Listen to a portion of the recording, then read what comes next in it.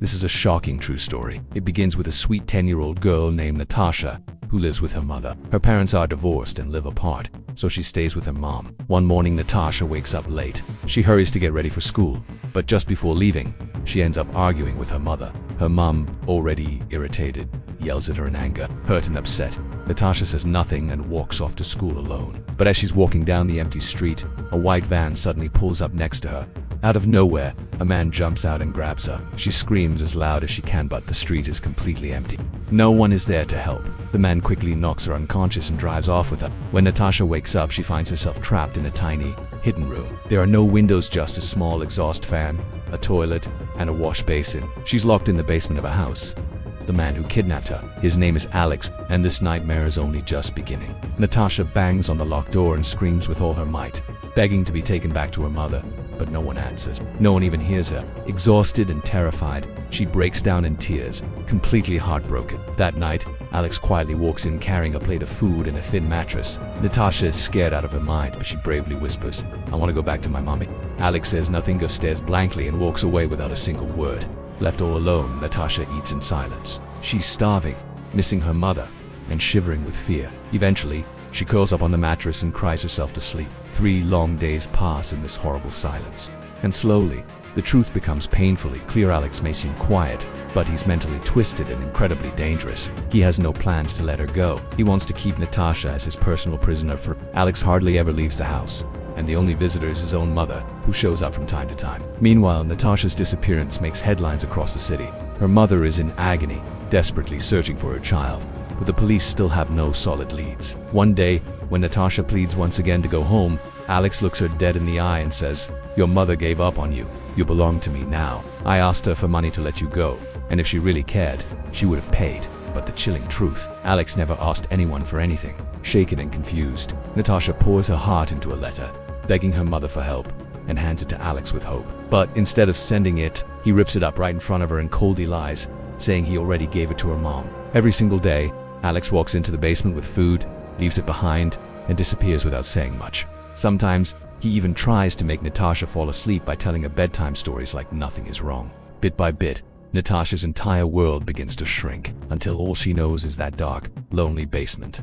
For long months crawl by. One day, Natasha fakes being sick, hoping Alex will let her out for fresh air or a doctor. But he doesn't care, he simply ignores her completely. Slowly, he begins tightening his grip on her mind. He plays twisted mind games, punishes her whenever she disobeys, and uses hunger and violence as tools to break her spirit. Every time she dares to say she wants to go home, he manipulates her, threatens her, and crushes her hope all over again. Then, a breakthrough finally occlusive. A girl from Natasha's school steps forward and tells the police she saw a man force Natasha into a white van the day she disappeared. The police immediately begin questioning every white van owner in the area. Their search leads them straight to Alex, but Alex stays calm. He tells the officers he was home the whole time, acting so polite and convincing that no one suspects a thing. They even check his van thoroughly but find absolutely nothing. The nightmare continues. Later, Alex installs a hidden speaker in the basement so he can eavesdrop on Natasha's every word. Each day he repeats the same chilling threat. If you behave like a good girl, you'll stay safe. But if you try to run, something very bad will happen. He hands her books and puzzles, fake distractions to keep her mentally trapped. Time crawls on, and just like that, 4 years slip by. Natasha remains locked in that same basement, never stepping foot outside. Her body weakens, her spirit fades, and her once bright eyes lose their spark. She becomes skin and bones, nothing like the healthy girl she once was. Alex starves her for days at a time, and when Natasha gets her first period, he forces her upstairs for a bath but makes her do it right in front of him. She's never left alone. Under his constant, creepy watch, Natasha is forced to do everything herself, even scrubbing her own dishes. And then, things take a darker turn. Alex starts abusing her. Night after night, Natasha, frozen in fear, says nothing. She doesn't scream, she doesn't resist, but deep inside she's breaking. Her soul is shattering piece by piece. Sometimes, when Alex is in a good mood, he lets her step outside for a few minutes. He drags her right back and tightens his control all over again. Then, one day, Alex's mother visits. She notices a long hair stuck to his shirt and suspiciously asks if he has a girlfriend. Alarm bells go off in Alex's mind. His secret is in danger. In panic, he forces Natasha to sit down and shaves off all her hair, erasing every trace of her existence. Time continues to crawl, and Natasha has now survived over 5 long, torturous years in that dark basement. On Christmas, something unusual happens. Alex walks in with a cake and a small radio. For the first time in ages, Natasha feels a flicker of happiness, but that moment is short-lived. When she quietly asks about her family, Alex snaps in fury, yelling, "You have no family. I am your everything." He even gives her a new name and records the entire disturbing moment on camera. Meanwhile, her real mother is still drowning in grief. Every day, she blames herself, whispering, "If only I had taken her to school that day, she'd be here with me now." Upstairs, Alex starts building a new bedroom and uses Natasha like a laborer, forcing her to carry heavy cement bags and bricks, even though she's barely strong enough to stand. He starves her for days, and every night, the abuse continues. On top of that, Natasha has to handle all the chores, cooking, cleaning, and if she makes even the tiniest mistake, Alex lashes out in rage and punishes her cruelly. Her life now feels worse than slavery. Alex wants complete control. He doesn't just demand obedience. He wants her to be completely broken. One day, Natasha pleads to be let outside. He agrees and takes her to the garden. But when she refuses to come back in, Alex snaps. He grabs her by the arm, drags her back, and beats her viciously. That night, with tears in her eyes and courage in her voice, Natasha dares to ask, "Why did you kidnap me?" Alex replies coldly, without a hint of remorse, "I first saw you in a store with your mom. I instantly wanted you. From that day, I followed you. And when the chance came, I took you and locked you in this basement." Alex now wants to test just how much control he really has over Natasha. He takes her to a grocery store to buy supplies for painting his new room. It's the first time in years she's surrounded by other people. For a brief moment, Natasha has a chance. An employee stands nearby. But after so many years of fear and manipulation, she freezes. Her mind is too shattered to act. She's terrified that if she speaks up, Alex will kill her. Satisfied that Natasha is still under his full control, Alex calmly buys the paint and takes her back home as if nothing ever happened. One day, Natasha hears something on the radio that makes her heart sink. It has been 6 whole years since she vanished, and there's still no trace of her. The world has moved on. Her name is just a cold, distant memory. That night, after suffering through yet another round of abuse, Natasha completely breaks down. Feeling utterly hopeless, she makes a desperate decision. She sets the basement on fire, ready to end it all. But the smoke spreads fast, choking her lungs. Gasping for air, she's forced to put it out. When Alex returns and smells the burning, he instantly realizes what happened. In a fit of rage, he beats her mercilessly and shouts, "Your life belongs only to me.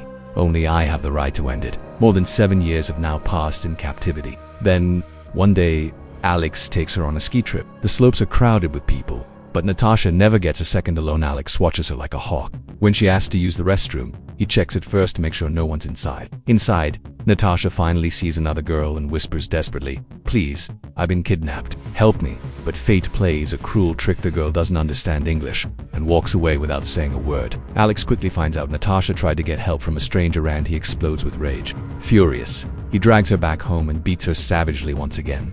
Time keeps dragging on, and now Natasha has spent 8 horrifying years locked away. On her 18th birthday, Alex coldly walks into the basement holding a cake. He forces her to cut it like it's a celebration, then orders her to change into a new dress only to abuse her yet again. It's a cruel and twisted display of power. One day, while Natasha is outside working in the garden, a woman from the neighborhood catches a glimpse of her. But before the woman can say a word, Alex storms out and pulls Natasha back into the house. Days later, Alex tells Natasha that he needs money and has decided to sell his white van. He instructs her to clean it. As Natasha uses the vacuum to clean the van outside, Alex keeps a watchful eye on her. But then his phone rings. Because of the loud vacuum noise, he can't hear properly and steps inside to take the call. And that's when Natasha sees that the front door is open. Heart pounding, she quietly slips away. The street is eerily empty, but in the distance, she spots a house and a woman inside. Rushing over, Natasha blurts out, "My name is Natasha. I was kidnapped 8 years ago, but I managed to escape. Please call the police." The woman, stunned, immediately dials for help. Within moments, the police arrive. Natasha tells them everything, every horrible detail. And finally, they take her away from the nightmare she thought would never end. Meanwhile, Alex is thrown into panic when he realizes Natasha is gone. The walls are closing in. He knows the police will uncover everything. Gripped by fear and unable to face the storm he created, Alex takes the coward's way out. He throws himself in front of a train, ending his life instantly. He simply couldn't bear the consequences of his horrifying crimes. People like Alex Dante just destroy one life, they are a danger to the entire world around them. At the police station, Natasha is finally reunited with her parents. Her mother breaks down in tears the moment she sees her daughter, and Natasha, overwhelmed with emotion, cries too. After 8 unbearable years, she's free from the prison that stole her childhood. This is the powerful story of a girl whose strength and unbreakable spirit helped her survive and triumph through pure terror. Thank you so much for watching this video all the way to the end. If you found it gripping, Don't forget to like, share, and subscribe to our channel and hit that bell icon so you never miss out on our upcoming movie breakdowns. We'll see you in the next video. Until then, bye and take care.